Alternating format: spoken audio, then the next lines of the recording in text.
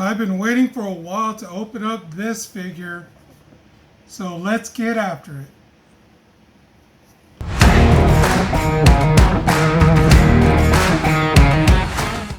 So today we're going to be looking at a 6 scale Superman from Sideshow. This is more of a comic book look, and here you get to see an image of what the figure will basically look like. But yeah, let's open the box and see what's inside. Here's a basic look with the cover off. You see the figure, the Superman emblem, and then some comic art on the side. And then again, an image of what the figure looks like. And here I want to show you the comic art on the top of the box, here on the bottom. Here's Superman without the clamshell. We have the figure, and he comes with a couple of fisted hands, 2 flight hands, and 2 relaxed, somewhat grippy hands. And then he also comes with a starfish alien figure thingy to be able to put on his head. He does not come with any alternative head sculpts, so he just has the main look. Superman also comes with a display base, a crotch grabber, and I guess this is a type of flight stand that can grab onto his waist, a lead case with kryptonite that I'll open up here later, and the city of Kandor. So here's Superman out of the box on his display base. His display base is nothing spectacular, doesn't have a symbol or his name on it. His outfit is a type of fabric, a stretchy fabric, and unfortunately his cape is not wired, so you really can't put it in any kind of dynamic poses. It just kind of sits there, for a lack of a better term. But also, here is the lead case with the kryptonite in it. Very nice. And case is very shiny. And here is a better look at the city of Kandor in its container.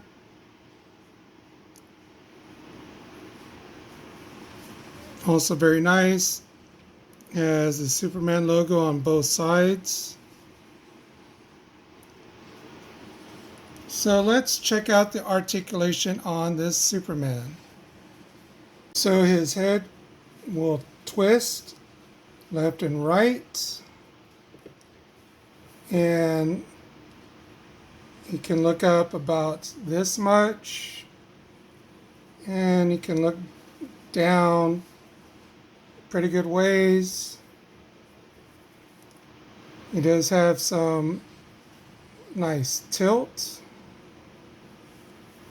He does have a body twist,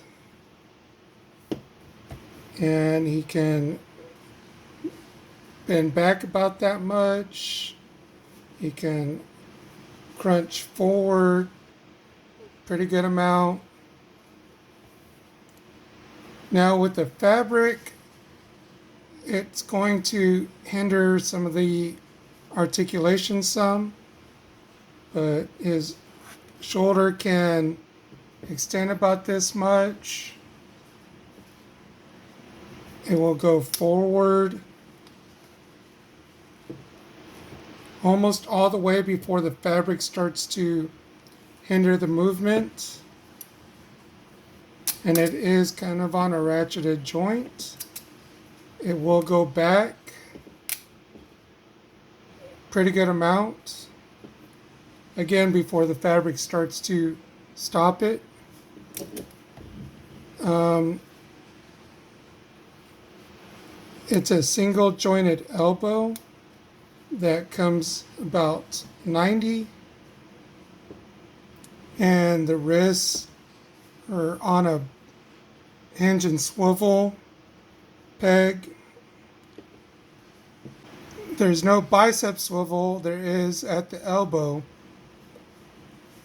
Now, one of the things that I wasn't happy with on the legs with Superman is they're kind of loose. Like once you come up about this much, it won't hold it. At least it didn't with the left leg. I bring it up, and it doesn't hold it. It's a little loose. The knees are on a double joint, but it goes past 90. There is a thigh swivel, so the ankle will not really come up much.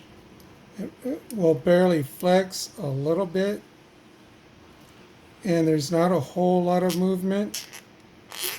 It will twist, but that's about it for the articulation in the ankle.